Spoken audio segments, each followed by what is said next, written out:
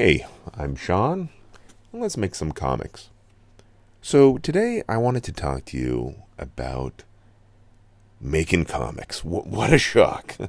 But specifically, what I wanted to talk to you about is just kind of some expectations and mindset when it comes to making comics.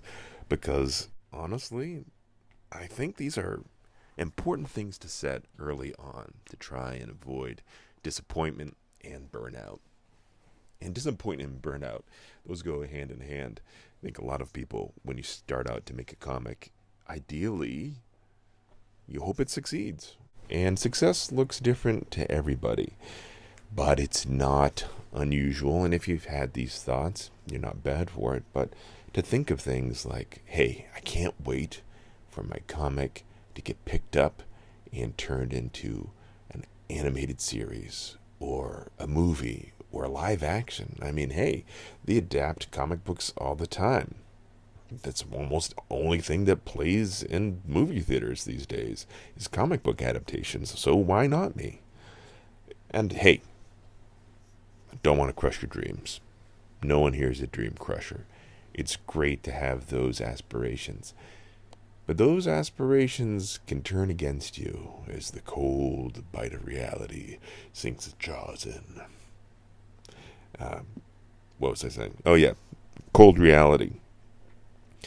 The truth is, most movies, most series, most everything that is not a comic book is made by something that is not a comic book.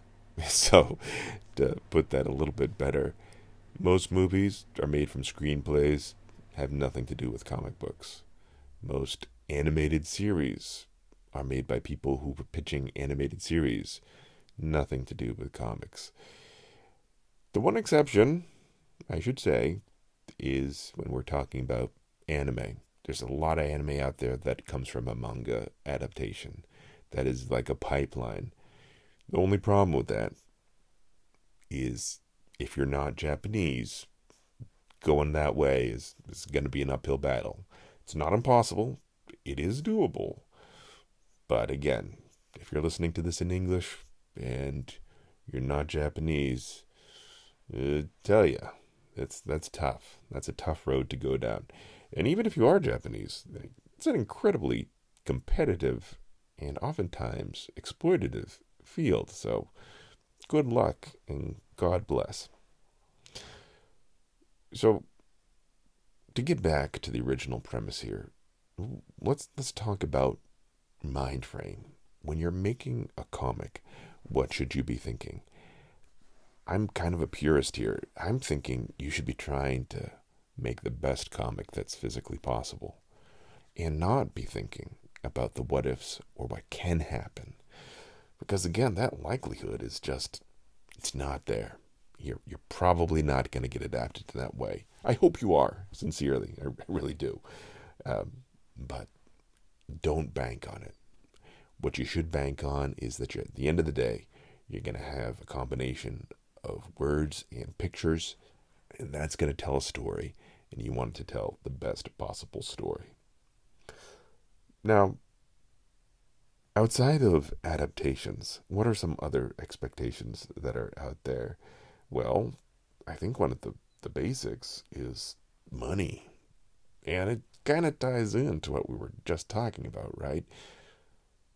Financial compensation for comic creators. And unfortunately, this goes across national boundaries and various distinctions and subgenres. It's just not good.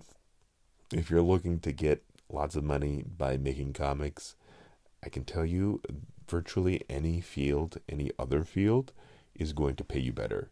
It will require less hours, less expertise, and pay you a heck of a lot better.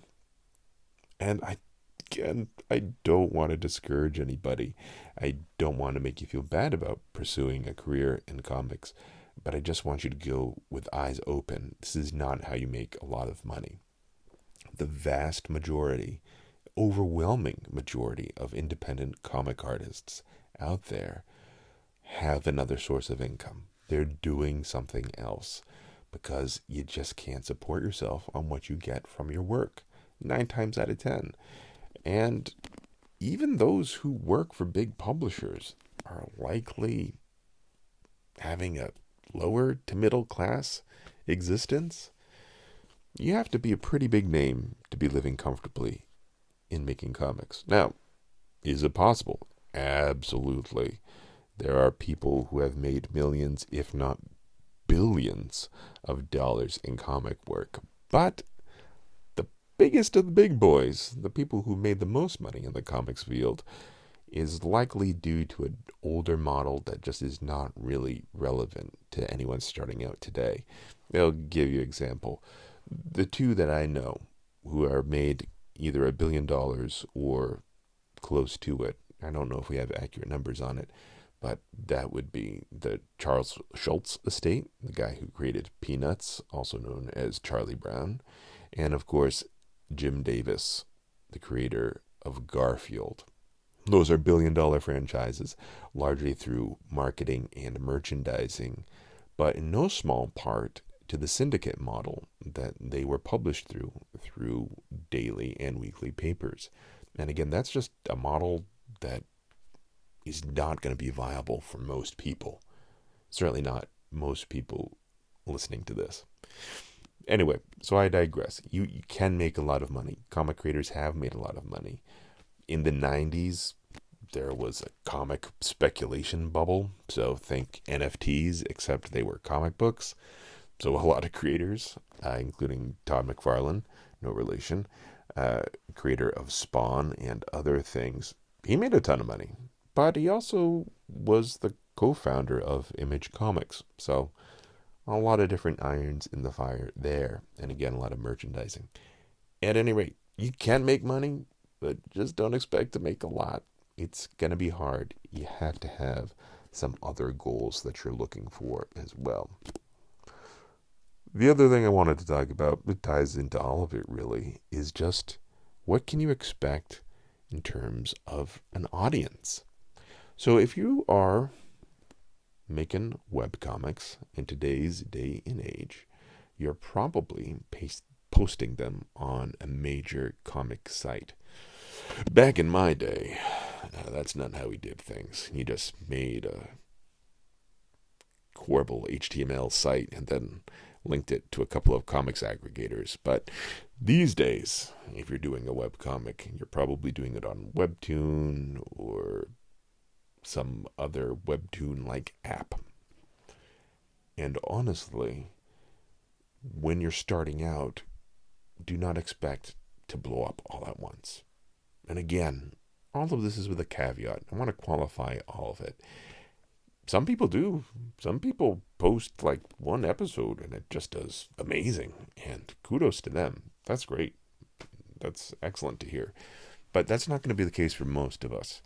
Most of us are going to post our first episode and then we are going to be deafened by the sounds of crickets. There's just not going to be a whole lot of clamor. You're not going to get a lot of comments. You might not get any comments. And it's just going to sit there.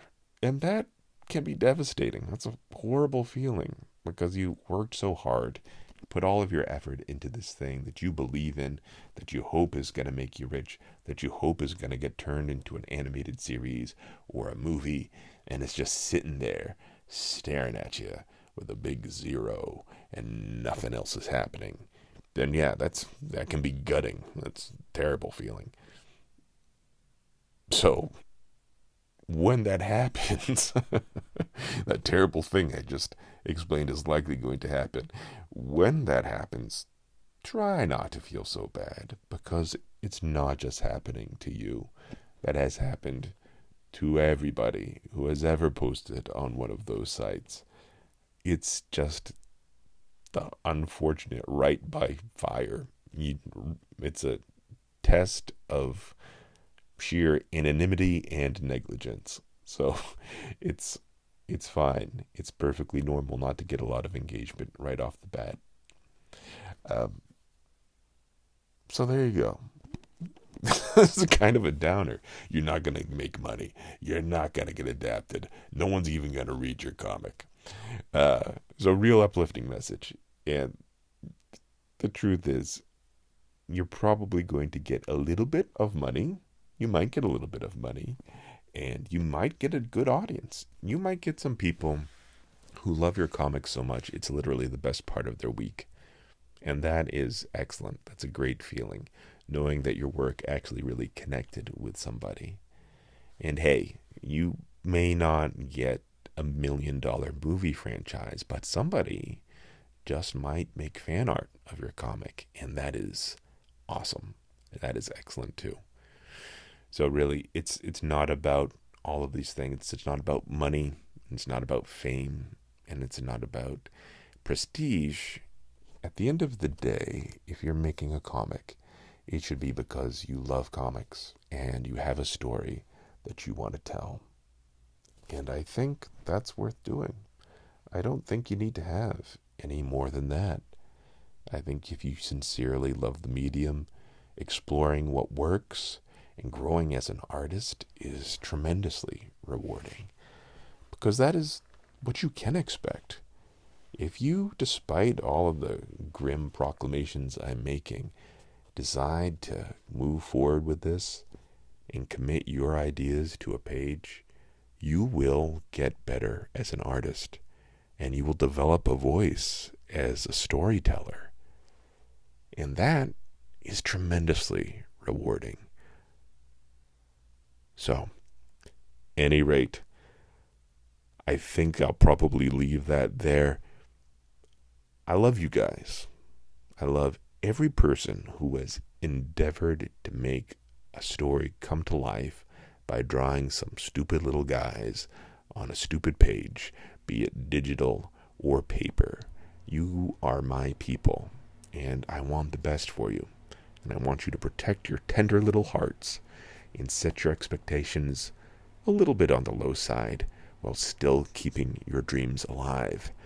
And if you're not doing it already, please, let's just go make some comics.